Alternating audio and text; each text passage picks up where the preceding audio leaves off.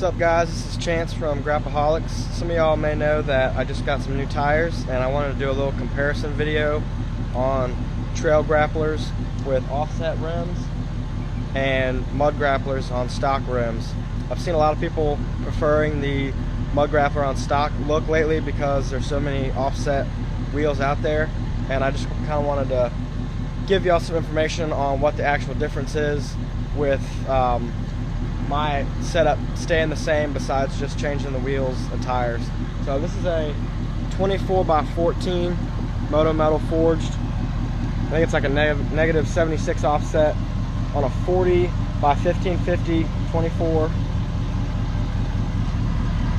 And I'm going to be going to a stock 20-inch wheel with 2-inch shifted industry spacers on a 40-1550-20 mud grap. I'm going to go ahead and measure how wide it is in the rear.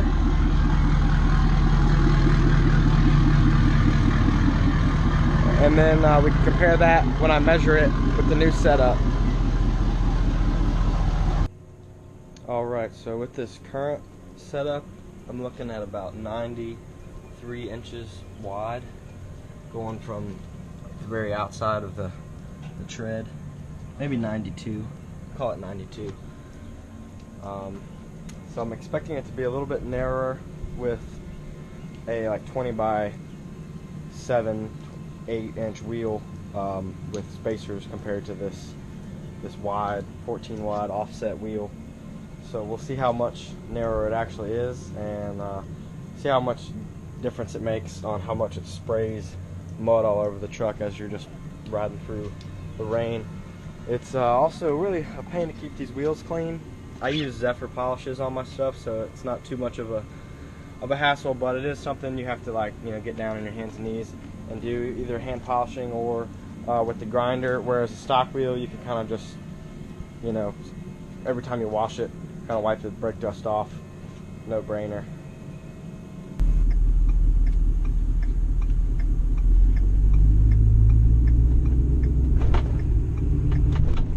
Oh, there's a curb. That's a good comparison.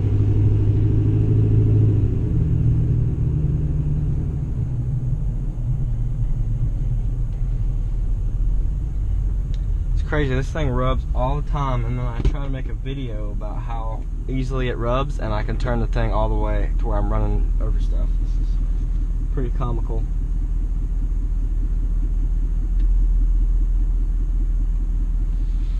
Good thing about 40s, even with 24s, you can hit a curb and not have to worry too much. We'll take a look at that tire just for comparison, because I have no problem running over some curbs with mud graps and 20s, so we'll do that for comparison as well.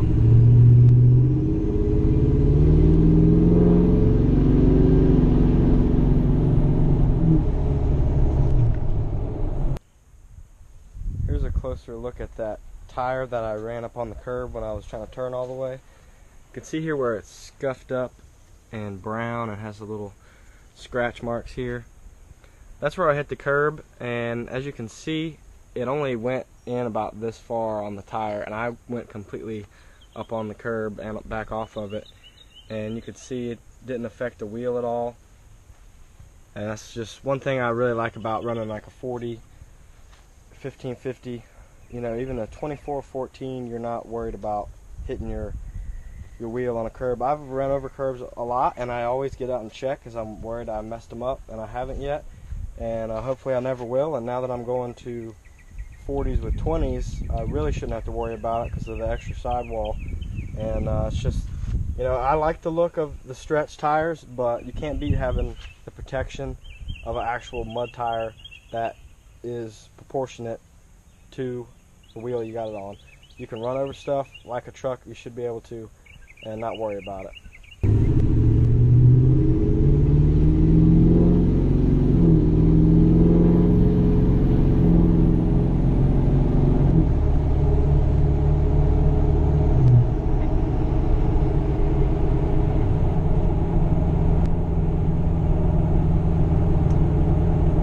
So running along about 55 or so, you can kind of hear what the tires sound like.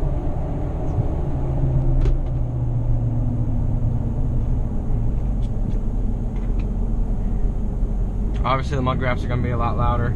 I've got almost 20,000 miles, if not more, on these trail grapplers. They're still pretty quiet. They are really big, so they do make some noise, and I've only rotated them once, so I rotated them at like 15,000 miles, which is not recommended, so there may be a little bit of noise coming from them, but definitely not going to compare to the Mud Graps.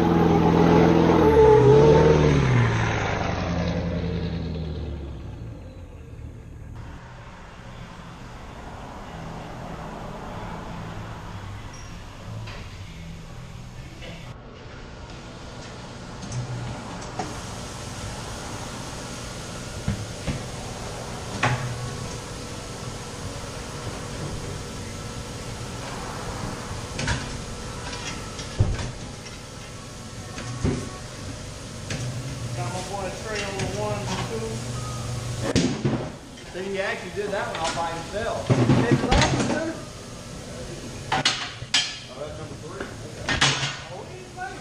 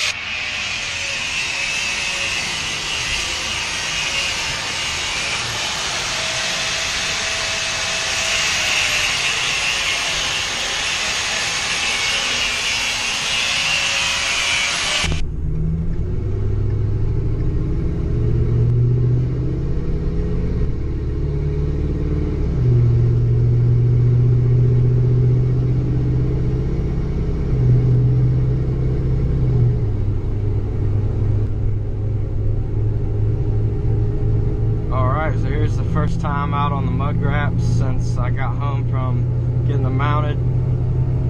I already could tell that I could turn all the way, or at least I think I can turn all the way without rubbing. I don't know about when I'm flexing or hitting a bump or anything, but it already feels like I can turn a lot more. I know it's a lot narrower looking out the side view mirror. I can see a lot less tire with the 2-inch spacers as opposed to the 14 wide wheels. But I think I'm definitely gonna like this. It's a little bit more usable because there's less width, less like issues fitting in places, worrying about running over curbs and everything, and also being able to turn sharper. But we'll see. This is just kind of the first drive, and you may already be able to hear the Mud Graps a little bit.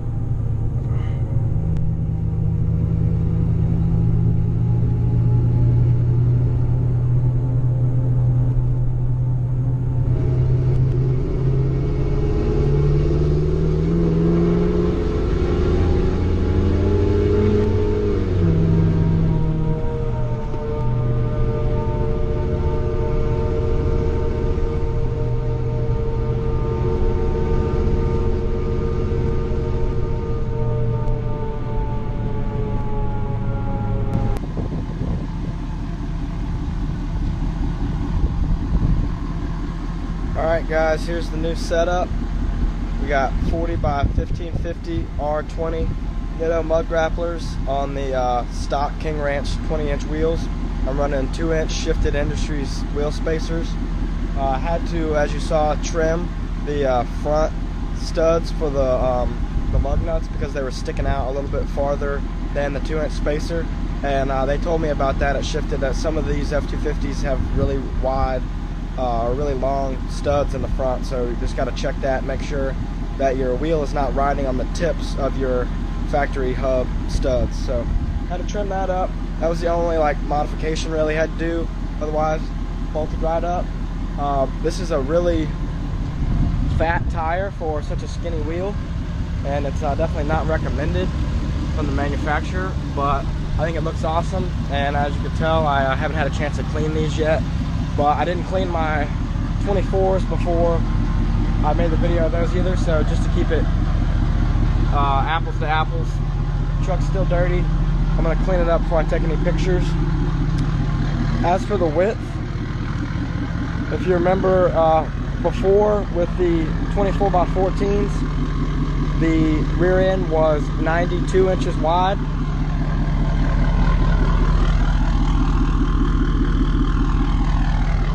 Now we're looking at about 86 inches, so it's a lot more narrow, but still have a good amount of poke. And I think really the 2-inch spacers are just enough to make it still kind of look stock, because with this high of a lift at 10 inches and 40s, without any spacers, it's going to look super skinny and just super awkward.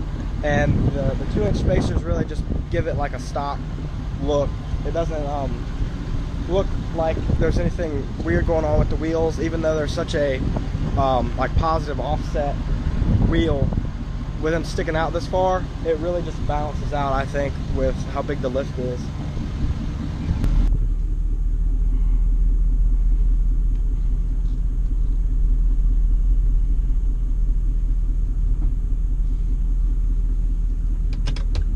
Seems like it might still have just a little bit of rubbing when you're flexing on the stocks and 40s. I'm gonna have to figure out where exactly that's coming from so we can see that. But just for comparison, I'm gonna leave out the same way as I did with the other wheels and tires. Try to hit that same curb and see how much that does to these tires. And obviously the wheel shouldn't be affected at all because of how much sidewall we have, but we'll go ahead and do it anyway, just for comparison.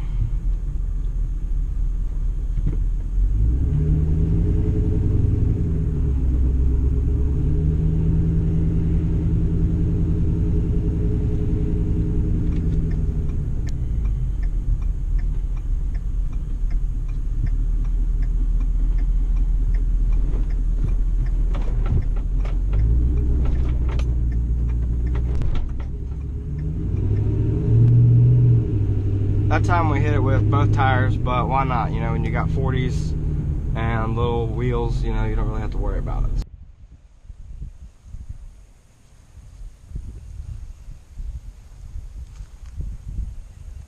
So after playing around with it some and turning as far as I could and doing a little investigating, it does seem like I can turn full lock with this setup.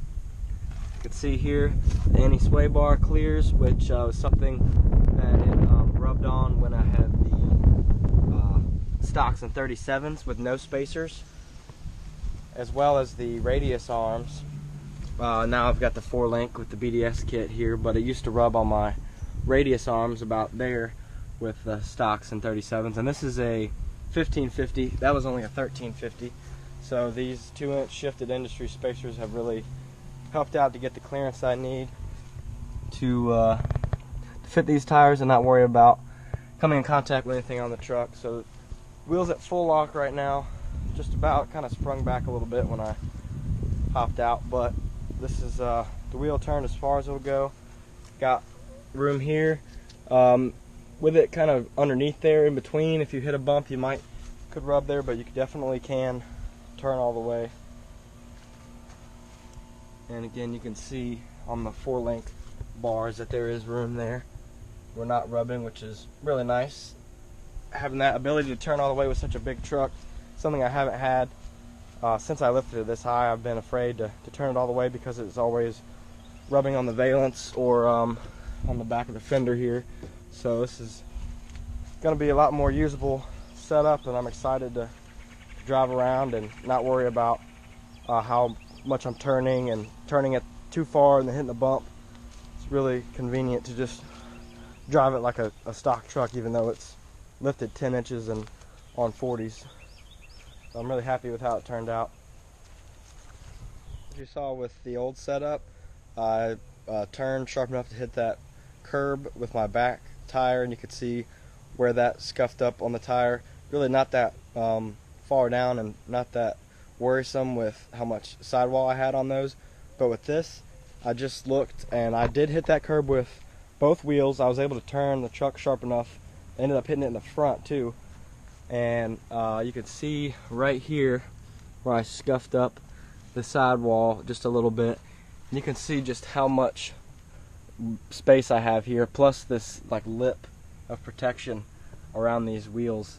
Really no worries of messing up your wheels with so much sidewall like this, and that's just a really nice feeling. And to compare here the back, I can't even find where I hit it. I think it is, let's see, this here on the very edge of the sidewall and right on the top of this claw here. That is really minimal amount of scuffing from running over that curb. And you can just imagine if you're really wanting to use your truck to off-road with these big beefy tires, you could really, you know, go as far as you wanted and use the sidewall to your advantage to climb over rocks or get through the mud or whatever, like they're intended to be used for. I'm just gonna be driving them a lot and just hoping they look good, keeping them cleaned up. But it's nice having, you know, it's like having four-wheel drive. Not everybody really like uses four-wheel drive all the time, but if you need it and you don't have it, you're screwed. If you have it and you don't need it, then more power to you. Same thing with these big tires. There's not really much I'm going to get stuck in unless I'm really like somewhere I shouldn't be with such a big truck. But in four-wheel drive, 40-inch mud tires, this thing can go pretty much wherever I need to now, and I have no concerns of messing up my wheels, messing up my truck, hitting the body somewhere because of how well this setup works. The stock 20s, 2-inch wheel spacers, and 40s. Again, not the best idea to put such a wide 1550 tire on a skinny wheel, but I love the looks, what I wanted, and I know it can be done, and I just wanted to show you guys how it works for me.